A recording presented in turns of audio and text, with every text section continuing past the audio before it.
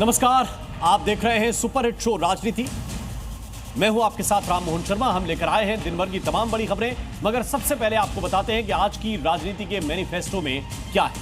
आज राजनीति की लीड स्टोरी में आपको दिखाएंगे संभल हिंसा पर रिपोर्ट लीक होने के बाद हिंदू आबादी क्यों मांग रही है अल्पसंख्यक होने का दर्जा, और इस मुद्दे पर मुसलमानों का क्या कहना है। दिखाएंगे एक डिटेल ग्राउंड रिपोर्ट। इसके बाद आपको बताएंगे क्या गाजीपुर में मुख्तार गैंग वापसी करने की कोशिश कर रहा है, क्या तैयारी चल रही है, यह भी आपको बताएंगे। राजनीति की अगली खबर में दिखाएंगे उत्तर प्रदेश में योगी फोर्स का ऑपरेशन, कैसे अपराधी को मस्जिद से निकाला, यह भी आप देखेंगे। और राजनीति में इसके बाद आपको दिखाएंगे राहुल गांधी की सभा में पीएम मोदी को अपशब्द कहने पर कैसे छिड़ गई आर पार की लड़ाई। राजनीति के अगले हिस्से में आपको बताएंगे प्राकृतिक आपदा ने कैसे पहाड़ों को कई साल पीछे धकेल दिया है। और राजनीति के लास्ट सेगमेंट में देखिए मूसलाधार बारिश से आज कैसे दिल्ली की सड़कें दरिया बन गई और समंदर बन गई गलियां। लेकिन सबसे पहले बात करते हैं संभल की। संभल का जो सच अब तक साजिशों की तह में दफन था, न्यायिक रिपोर्ट में संभल हिंसा का एक एक सच सामने आ गया है। और सच यह है कि संभल में आजादी के बाद से ही हिंदू टारगेट पर है और हर दंगे के बाद हिंदुओं की आबादी कम हो रही। यह रिपोर्ट आने के बाद आज जुमे की नमाज को लेकर संभल हाई अलर्ट पर रहा। सुरक्षा के कड़े इंतजाम देखे गए, लेकिन इस बीच हिंदू संगठन अब संभल में खुद को अल्पसंख्यक घोषित करने की मांग उठा रहे हैं। देखिए यह ग्राउंड रिपोर्ट।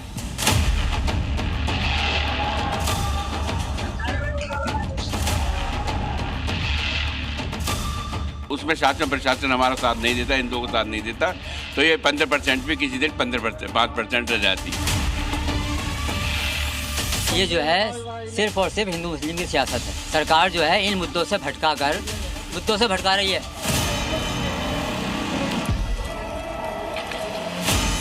हिंसा का सच सामने आया, संभल में हिंदू क्यों घबराया।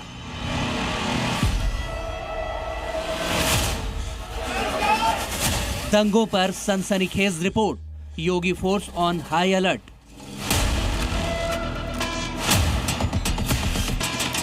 संभल हिंसा पर बनी जांच आयोग की 450 पन्नों की रिपोर्ट ने पूरे यूपी को हिला दिया है। रिपोर्ट अभी गोपनीय है, लेकिन इसके बड़े बड़े खुलासे सामने आ चुके हैं। रिपोर्ट में साफ साफ कहा गया है कि संभल में दंगे किसी अचानक हुई घटना का नतीजा नहीं थे, बल्कि एक गहरी और सुनियोजित साजिश का हिस्सा थे, जिसके लिए संभल के बाहर से उपद्रवी बुलाए गए थे। ये रिपोर्ट लीक होते ही संभल में तनाव का माहौल है, लिहाजा संभल और आसपास के सभी जिलों में हाई अलर्ट जारी कर दिया है। यही नहीं, आज जुमे की नमाज को देखते हुए भी कड़ी सुरक्षा व्यवस्था की गई है। यहाँ के लोगों का लिंक ही बाहर से था, तो यहाँ के जो उत्पाती तत्व थे, आपराधिक प्रवृत्ति के जो तत्व थे वो, और जो विदेशी लिंक जिनका था, तो उन सभी ने मिलकर के इस घटना को अंजाम दिया था। और जो फॉरेन का लिंक मिला, जिसमें पाकिस्तान के कारतूस भी मिले। माहौल खराब होने की आशंका को ध्यान में रखते हुए पुलिस ने आम जनता से शांति बनाए रखने की अपील की है और अफवाहों पर ध्यान न देने की सलाह दी है। सोशल मीडिया पर अफवाहों और भड़काऊ पोस्ट पर नजर रखी जा रही है। साथ ही धार्मिक भाषणों पर भी प्रशासन की पैनी नजर है।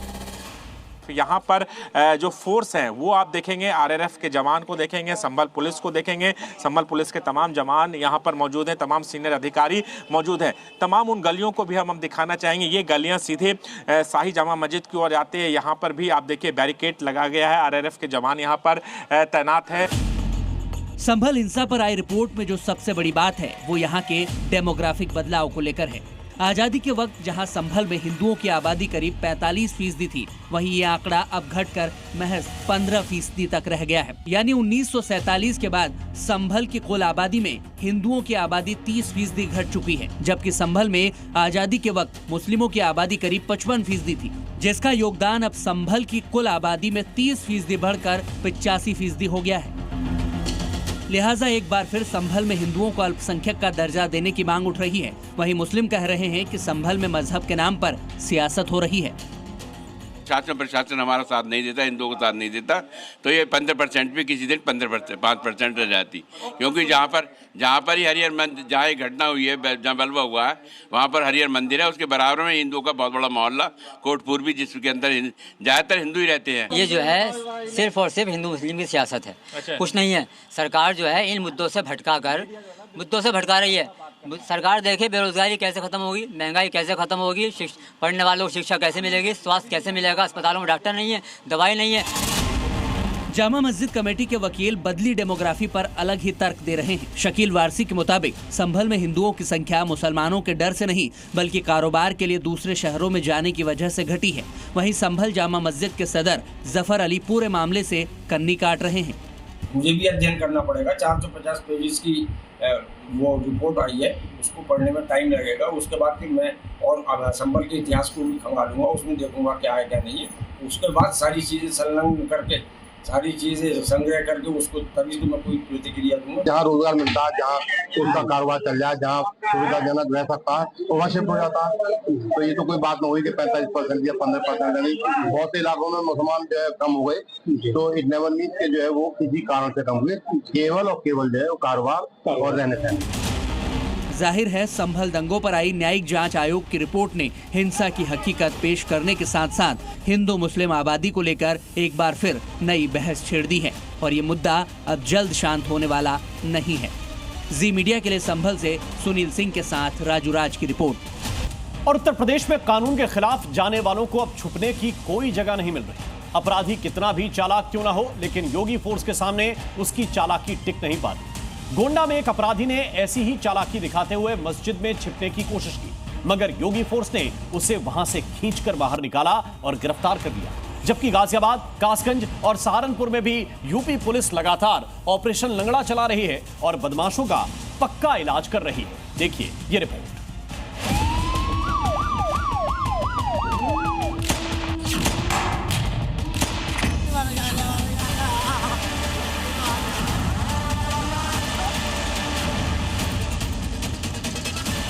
यूपी में मैसेज क्लियर है, अपराध और अपराधियों के लिए यहाँ कोई जगह नहीं है। फिर चोर कितना भी शातिर क्यों ना हो, योगी फोर्स के आगे उसकी चालाकी धरी की धरी रह जाती है।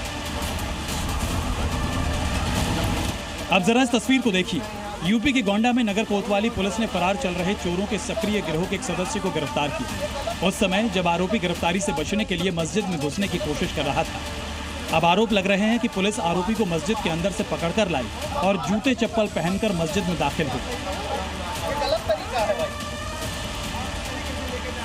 मस्जिद के अंदर आदमी आया, नमाज पढ़ रहा है, वहाँ से इस तरीके से आप काम कर रहे हैं, गलत तरीका है। ठीक इतना बड़ा अपराधी भी नहीं है, नहीं चलिए ठीक है, कोई बात नहीं, बहुत बड़ा अपराधी है। तरीका गलत है, आप लोगों का गलत है, ये गलत तरीका है। मस्जिद और मंदिर से आप जो इस तरह लेके जा रहे हैं, ये गलत तरीका है। मस्जिद से वारंट है तो वारंट है तो बाहर से भी ले जा सकता, तो कौन बाहर से ले जाओ, मस्जिद के अंदर घुस के आप ले जाओ, ये गलत तरीका है भाई। आप इस तरीके से लेके जा रहे हो। हालांकि पुलिस का कहना है कि सच्चाई कुछ और है। दरअसल शेर मोहम्मद पुलिस टीम को देखकर जूते चप्पल उतारकर मस्जिद के अंदर छिपने की कोशिश कर रहा था। तभी पुलिस ने उसे मस्जिद के गेट पर ही दबोच लिया और थाने ले गए। यूपी में अपराधी हो या दंगाई, योगी फोर्स से बचना मुश्किल ही नहीं नामुमकिन है। पुलिस से बचने के लिए अपराधी गुहार लगा रहे हैं, मदद की भीख मांग रहे हैं और ये तस्वीर इस बात का सबूत है। अरे माफ कर दे, गलती माफ कर दे, मार गया, मार गया, अरे माफ कर दो, बैठो। गाजियाबाद में पकड़ा गया ये शातिर अपराधी चेन स्नैचर है। 23 अगस्त को एक स्कूल के पास से बुजुर्ग महिला के गले की चेन छीनकर फरार हो गया।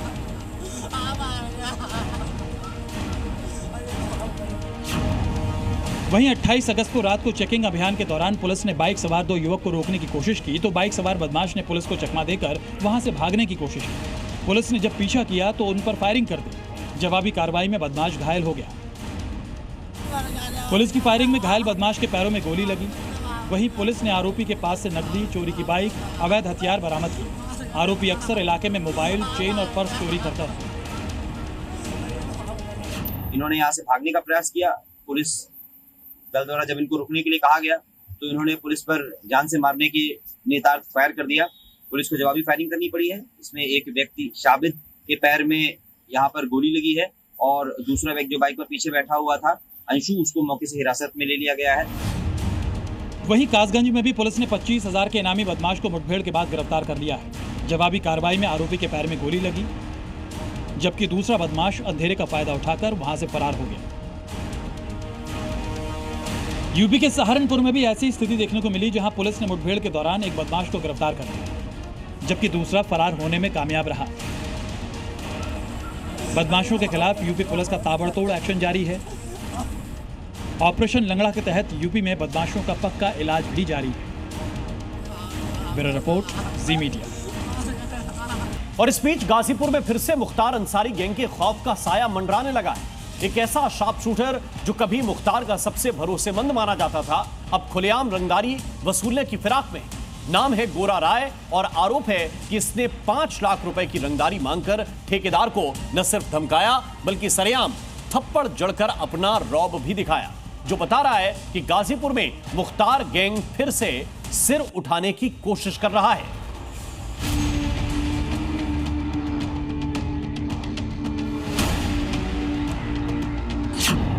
गाजीपुर में एक बार फिर मुख्तार अंसारी गैंग सिर उठाने की कोशिश कर रहा है। आरोप ये कि माफिया मुख्तार के शार्प शूटर में शुमार गोरा राय खौफ का माहौल बना रहा है, जिसकी तस्दीक करती है ये सीसीटीवी तस्वीरें। मुख्तार का गुर्गा गोरा राय कैसे गाजीपुर में रंगदारी वसूलता है, उसके सबूत देखिए। गोरा राय के बुलाने पर खौफजदा पीड़ित ठेकेदार उससे मिलने आते हैं, पैर छूकर उसे प्रणाम भी करते हैं, लेकिन गोरा राय नमस्कार का जवाब थप्पड़ से देता है। पलक झपकते ही उस पर वार करता है। ये वही स्थान है जहाँ पे मृत्युंजय राय यहाँ पे मौजूद होते हैं। शाम का वक्त होता है और गोरा राय कुछ लोगों के साथ यहाँ पे आते हैं और आपसी में कुछ कहासुनी होती है और उसके बाद यहाँ पे मारपीट होती है। जो मारपीट का तस्वीर है वो आप पीछे हमारे देख सकते हैं। यही सीसीटीवी कैमरे में वो मारपीट कैद हुई थी, जो तमाम तस्वीरें आप सीधे देख सकते हैं। घटना ये 24 अगस्त की थी। हालांकि इस पूरे मामले में 27 अगस्त को करीमुद्दीनपुर थाने में मुकदमा दर्ज किया गया था, जिसमें 5 लाख की रंगदारी और उसके बाद जान से मारने की धमकी का मामला दर्ज हुआ था। ये तस्वीरें गाजीपुर के करीमुद्दीनपुर थाना इलाके की हैं, जहां गुंडा टैक्स के लिए ठेकेदार को डराया धमकाया गया। आरोप ये कि मुख्तार का भरोसेमंद गुर्गा रह चुका गोरा राय अपने साथियों संग दुकान पर पहुंचा और 5 लाख रुपए की रंगदारी की मांग की। साथ ही रंगदारी नहीं देने पर अंजाम भुगतने की धमकी भी दी। गोरा राय का नाम कोई नया नहीं, वो मुख्तार अंसारी का राइट हैंड और शार्प शूटर माना जाता है। हत्या, रंगदारी और गुंडई जैसे मामलों में उसका लंबा इतिहास है। एक बार फिर वो खौफ की वही इबारत लिखने की कोशिश कर रहा है। पीड़ित ने पूरी घटना की शिकायत लोकल पुलिस को की, जिसके बाद पुलिस ने गोरा राय समेत 4 नामजद और 5 अज्ञात आरोपियों पर मुकदमा दर्ज कर लिया है। मगर सवाल ये, क्या यूपी में अभी भी मुख्तार अंसारी का गैंग एक्टिव है? क्या गोरा राय जैसे गुर्गे अब भी रंगदारी की मांग कर आतंक फैलाने में लगे हैं? हालांकि अब योगी फोर्स ने मुख्तार के इस गुर्गे के खिलाफ एक्शन शुरू कर दिया है। ब्यूरो रिपोर्ट, जी मीडिया। तो एक तरफ योगी फोर्स अपराधियों के खिलाफ एक्शन में है, तो दूसरी तरफ बाबा का बुलडोजर अतिक्रमणकारियों पर गरज रहा है और यूपी के योगी फोर्स की राह पर एमपी की मोहन सेना भी चल पड़ी है। आपको 3 तस्वीरें दिखाते हैं। उत्तर प्रदेश से मध्य प्रदेश तक बुलडोजर की धमक किस तरह दिखाई दे रही है, उसकी गवाही देती हैं ये तस्वीरें। उत्तर प्रदेश के जालौन और कुशीनगर में अवैध कब्जाधारियों के खिलाफ बुलडोजर की कार्रवाई की गई, तो दूसरी तरफ मध्य प्रदेश के उज्जैन में महाकाल मंदिर के रास्ते में पड़ने वाली अवैध नॉनवेज दुकानों पर मोहन सेना ने एक्शन लिया है।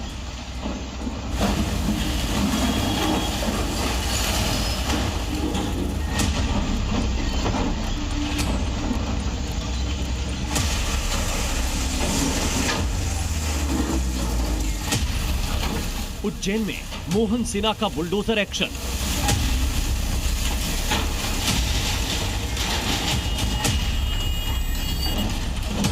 महाकाल मंदिर के पास पीले पंजे की मार। 1, 2, 3, 4, 5।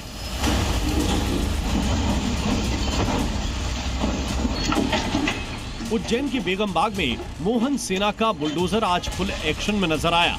एक एक कर पीला पंजा वार करता गया और सड़क किनारे बनी अवैध इमारतों को जमींदोज करता गया।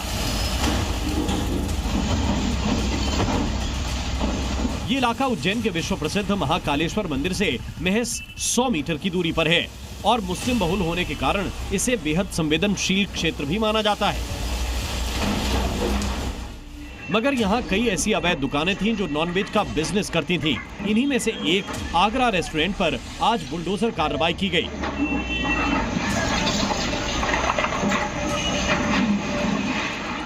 इस नॉनवेज रेस्टोरेंट को लेकर पिछले कई दिनों से हिंदूवादी संगठन विरोध जता रहे थे कि महाकाल मंदिर के मार्ग पर नॉनवेज दुकानें नहीं होनी चाहिए। इस मामले को लेकर कोर्ट कचहरी में मुकदमा भी चला और आज आखिरकार करीब 6 बुलडोजर और पोकलेन मशीनों की मदद से इस इमारत को ढा दिया गया। ठीक मेरे पीछे देखेंगे नगर निगम और विकास प्राधिकरण की ये संयुक्त कार्रवाई की जा रही है। आपको बता दो इस समय जो है नगर निगम और विकास प्राधिकरण के द्वारा एक भूखंड है जो कि यहाँ पर एक अंगारा रेस्टोरेंट के नाम से एक दुकान संचालित होती थी, उसको जो है अभी नस्ते नाबूद किया जा रहा है। उस भूखंड को जो है इसके ऊपर जो अतिक्रमण की कार्रवाई की जा रही है। बुलडोजर कार्रवाई के लिए प्रशासन ने भारी सुरक्षा इंतजाम भी किए थे।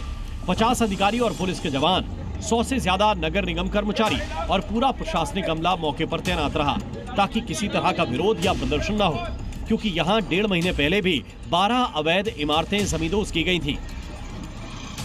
अब आपको बेगम बाग में इस कार्रवाई की वजह भी बताते हैं। दरअसल 1985 में 30 भूखंड लीज पर दिए गए थे। इन्हें आवासीय तौर पर इस्तेमाल करना था, मगर इनका व्यावसायिक इस्तेमाल होने लगा। साथ ही 2014-15 में लीज भी खत्म हो गई। 2023-24 में प्राधिकरण ने लीज कैंसिल कर दी। हालांकि इसके बाद भी जमीन मालिकों ने अलग अलग कोर्ट में स्टे की अपील की, मगर अदालत ने कई स्टे ऑर्डर खारिज कर दिए, जिसके बाद उज्जैन विकास प्राधिकरण की ओर से नोटिस दिया गया और फिर अलग अलग जमीन पर बनी इन अवैध इमारतों को बुलडोजर के जरिए जमींदोज किया जाने लगा। अंतिम आदेश पारित किया गया। अंतिम आदेश पारित होने के पश्चात माननीय न्यायालय से जब स्थगन और कोई भी कार्रवाई पेंडिंग नहीं बची, किसी भी माननीय न्यायालय में स्थगन नहीं है, तो पुनः सुनवाई करते हुए आज जिला प्रशासन, पुलिस प्रशासन और नगर निगम की टीम है, नगर निगम की कॉम्प्लेन जेसीबी और टीम है, एसडीएम की उपस्थिति में आज इसको पूरा डिसमेंटल किया जा रहा है और उज्जैन विकास प्राधिकरण के द्वारा इस भूखंड पर कब्जा लिया जा रहा है। यूपी के जालौन में भी सरकारी जमीन को बुलडोजर की मदद से कब्जा मुक्त कराया गया।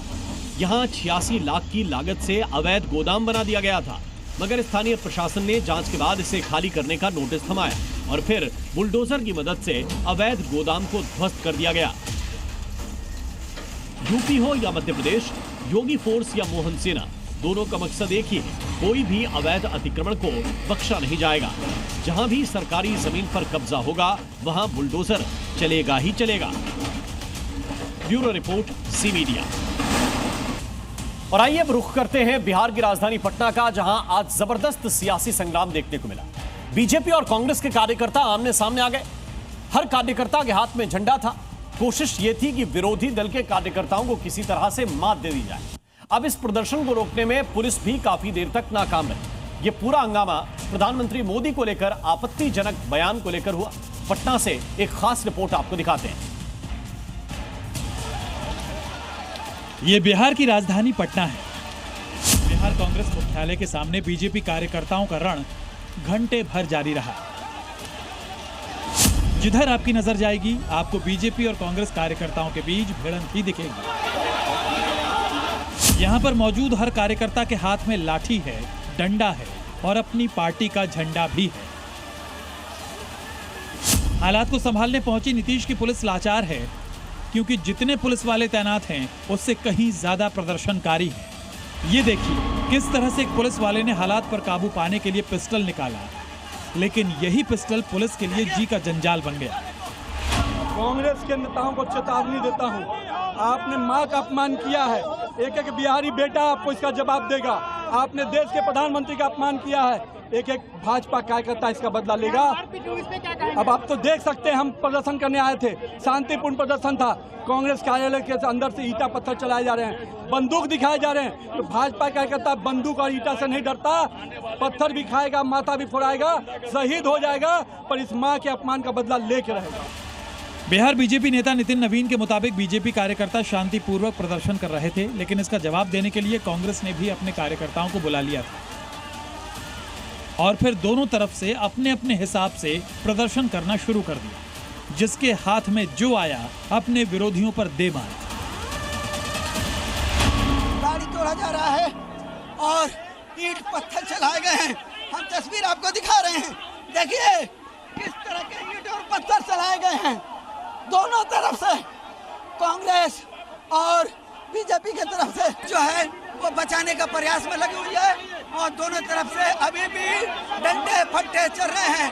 तस्वीर देखिए, पहले कांग्रेस और बीजेपी के झंडे दिखाई दे रहे थे और अब जो है केवल बीजेपी के ही झंडे दिखाई दे रहे हैं। गाड़ी के टूटे शीशे सड़क पर हुए संग्राम की गवाही दे रहे हैं। पटना की सड़क पर ऐसा संग्राम आपको आने वाले दिनों में और भी ज्यादा दिख सकता है, क्योंकि बिहार में आने वाले दिनों में चुनाव है, इसलिए भी सियासी तनाव है। इन सभी के बीच पीएम मोदी के लिए अब शब्दों का इस्तेमाल करने वाले शख्स मोहम्मद रिजवी को गिरफ्तार कर लिया गया है। लेकिन बात सिर्फ एक आरोपी की गिरफ्तारी और उसके खिलाफ कार्रवाई तक ही नहीं, क्योंकि अब बात निकली है तो चुनाव तक जाएगी। बिहार के बेमिसाल चुनाव से पहले ये सिर्फ ट्रेलर है। पिक्चर के लिए अभी थोड़ा इंतजार कीजिए। ब्यूरो रिपोर्ट, जी मीडिया। बिहार में सीमावर्ती और तराई इलाकों के 8 जिलों में नागरिकता सत्यापन का एक बड़ा अभियान शुरू हुआ है। इस अभियान के तहत 3 लाख से अधिक संदिग्ध मतदाताओं को नोटिस जारी किए गए। ये कार्रवाई SIR के तहत की जा रही, जिसका मकसद मतदाता सूची को पूरी तरह शुद्ध और त्रुटि रहित बनाना है। इस मेगा अभियान ने उन इलाकों में रह रहे लोगों के बीच हलचल मचा दी है जिनकी नागरिकता पर सवाल उठाए गए हैं।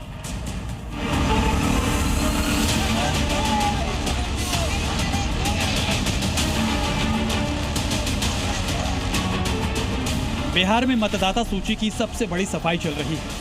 विशेष गहन पुनरीक्षण यानी SIR अपने अंतिम चरण में है, लेकिन इस सफाई अभियान के दौरान एक बेहद चौंकाने वाला खुलासा हुआ। SIR के दौरान 3 लाख से ज्यादा मतदाता संदिग्ध पाए गए हैं। आयोग की जांच रिपोर्ट के मुताबिक ये मामले सबसे ज्यादा सीमांचल और नेपाल बांग्लादेश से सटे इलाकों में मिले हैं। चुनाव आयोग को आशंका है कि इनमें ऐसे लोग शामिल हो सकते हैं जो बांग्लादेश, नेपाल, म्यांमार और अफगानिस्तान से घुसपैठ कर भारत आए और फर्जी कागजात बनाकर वोटर लिस्ट में नाम दर्ज करा लिया। खासतौर पे सहरसा, पूर्णिया, अररिया, किशनगंज, मधुबनी, पश्चिम चंपारण, इन जिलों में 3 लाख से जो ज़्यादा लोगों को नोटिस भेजा गया है। ज़्यादातर लोग इन जिलों से हैं और ये जो लोग नोटिस भेजे गए हैं नेपाल और बांग्लादेश के हैं। अब उन्हें साबित करना होगा कि वो इस देश के नागरिक हैं और बाज़ाब्ता प्रपत्र दिखाने होंगे। अब आयोग ने ऐसे सभी वोटर्स को नोटिस भेजना शुरू कर दिया है। उनसे नागरिकता और पहचान साबित करने के लिए कहा गया है और अगर ये लोग समय पर सही दस्तावेज पेश नहीं कर पाए तो उनका नाम फाइनल वोटर लिस्ट से काट दिया जाएगा, जिसे लेकर बिहार की सियासत भी तेज हो गई है। अब चुनाव नजदीक आने वाला है, आप बार बार SIR के नाम पर रोज दही माठा कर रहे हैं बैठकर।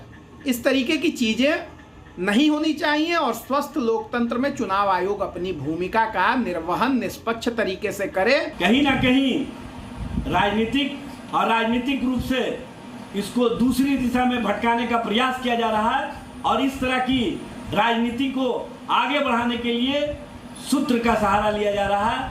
हमें लगता है कि जो भी जेन्युइन वोटर्स होंगे उनको दस्तावेज दिखाने में कोई आपत्ति नहीं होगी। हम सभी चाहते हैं कि एक निष्पक्ष चुनाव हो, इसके लिए हर किसी के सहयोग की आवश्यकता है। और देश के कई राज्य बारिश, बाढ़ और लैंडस्लाइड से बेहाल। उत्तराखंड, हिमाचल प्रदेश से लेकर जम्मू कश्मीर तक बादलों का ऐसा प्रचंड प्रहार हो रहा है जिससे चारों तरफ सिर्फ और सिर्फ तबाही ही दिखाई दे रही है। ये सिर्फ इस साल की बात नहीं है, कमोवेश हर साल इस मॉनसून में ऐसी ही तस्वीर देखने को मिलती है। हम इन तस्वीरों से तबाही तो देख लेते हैं, लेकिन क्या कभी आपने सोचा कि इन आपदाओं से हमारे और देश की आर्थिक सेहत पर कितना असर पड़ता है? आपदा ने पहाड़ों को कैसे पीछे धकेल दिया है, देखिए इस रिपोर्ट में।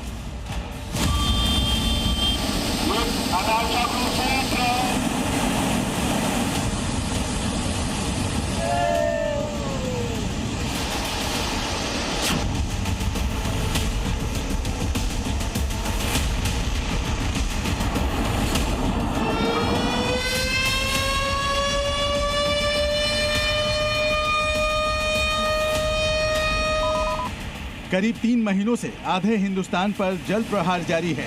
पहाड़ से लेकर मैदान तक मूसलाधार बारिश और बादल फटने से कई राज्यों में भीषण तबाही मची है।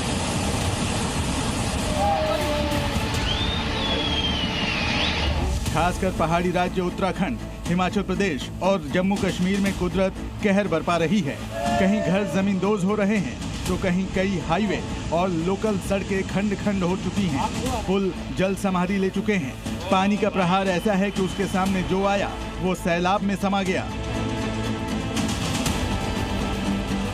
सैलाब में कितनी तबाही हुई है ये तो हम अपनी आंखों से देख लेते हैं और तस्वीर देखकर बर्बादी का अंदाजा लगाया जा सकता है, लेकिन हम तबाही से उस नुकसान का अंदाजा नहीं लगा सकते जिसका सीधा असर हमारी जेब और देश की अर्थव्यवस्था पर पड़ता है।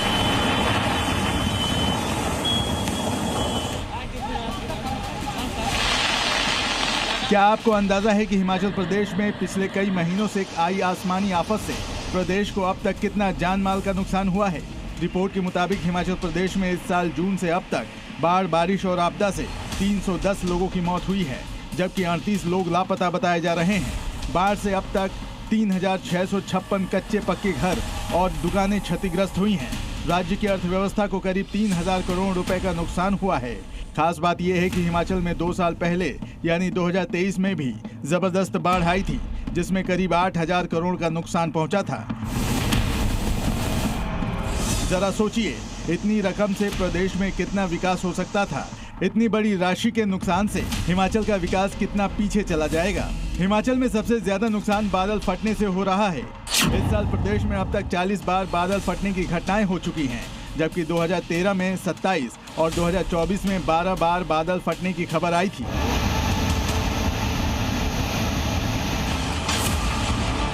उधर उत्तराखंड में भी बादल फटने और बाढ़ से तबाही मची है। यहाँ भी कई गांव, हाईवे और घर सैलाब में समा गए और हजारों करोड़ की संपत्ति सैलाब में बह गई।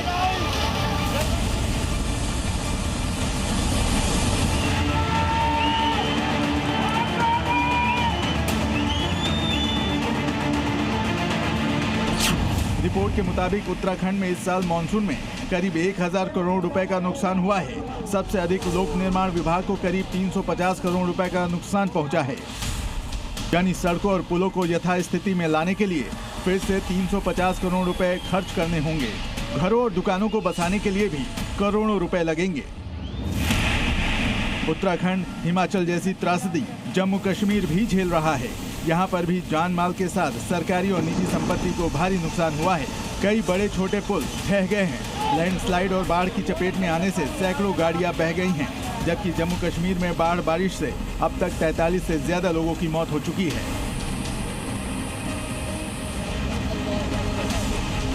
पूरे देश की बात करें तो 2020 से 2025 तक बाढ़ बारिश से 1,60,000 करोड़ रुपए का नुकसान हुआ। रिपोर्ट के मुताबिक पिछले 5 साल में 3 करोड़ 40 लाख हेक्टेयर जमीन बारिश बाढ़ की वजह से तबाह हो गई, जबकि 2012 से 2021 के बीच 9 साल में देश को करीब 2,76,004 करोड़ रुपए का नुकसान हुआ है और इस दौरान 17,000 से अधिक लोगों की मौत हुई है।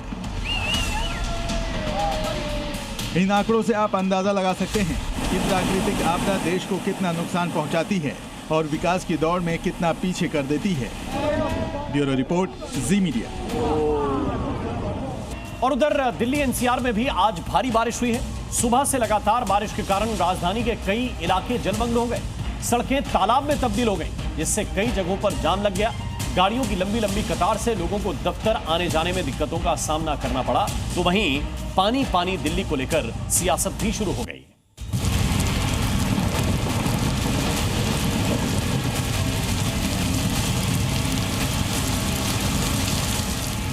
दिल्ली की सड़कें बनी दरिया,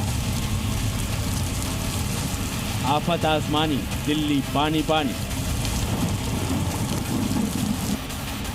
भारी बारिश के चलते राजधानी दिल्ली के पटपड़गंज, गीता कॉलोनी, तुगलकाबाद, दिल्ली कैंट समेत कई इलाकों में सड़कें जलमग्न हो गईं, जिससे कई जगहों पर भयंकर जाम लग गया और एक बार फिर लोगों को काफी दिक्कतों का सामना करना पड़ा।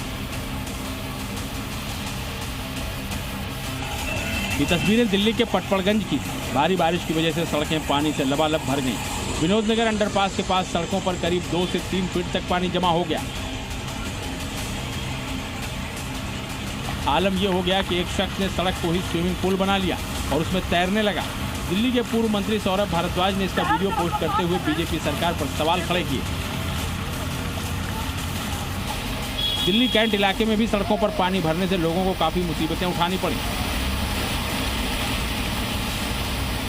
वाटर लॉगिंग के चलते सड़कों पर गाड़ियां रेंगती हुई नजर आईं।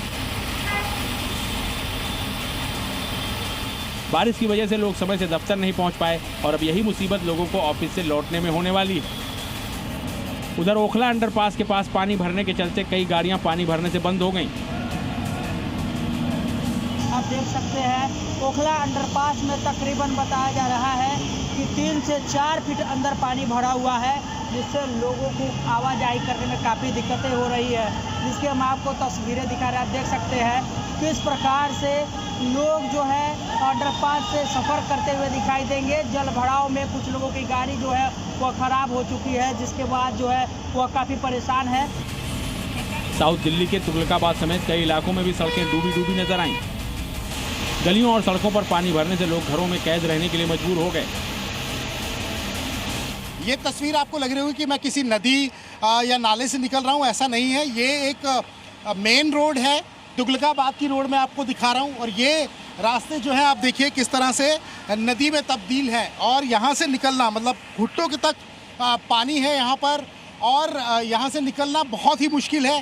ट्रैफिक जो जाम लग रहे हैं वो 6-6, 7-7 किलोमीटर के लग रहे हैं। हालांकि प्रशासन कोशिश कर रहा है और अपनी मशीनें लगाई हैं, लेकिन ये पानी निकलने का नाम ही नहीं ले रहा। अभी तो शुरुआत है। 3 दिन लगातार अलर्ट जारी कर रहे हैं कि 3 दिन लगातार मूसलाधार बारिश होगी। भारी बारिश से सिर्फ दफ्तर जाने वाले परेशान नहीं रहे, बल्कि बच्चों को भी भारी दिक्कतों का सामना करना पड़ा।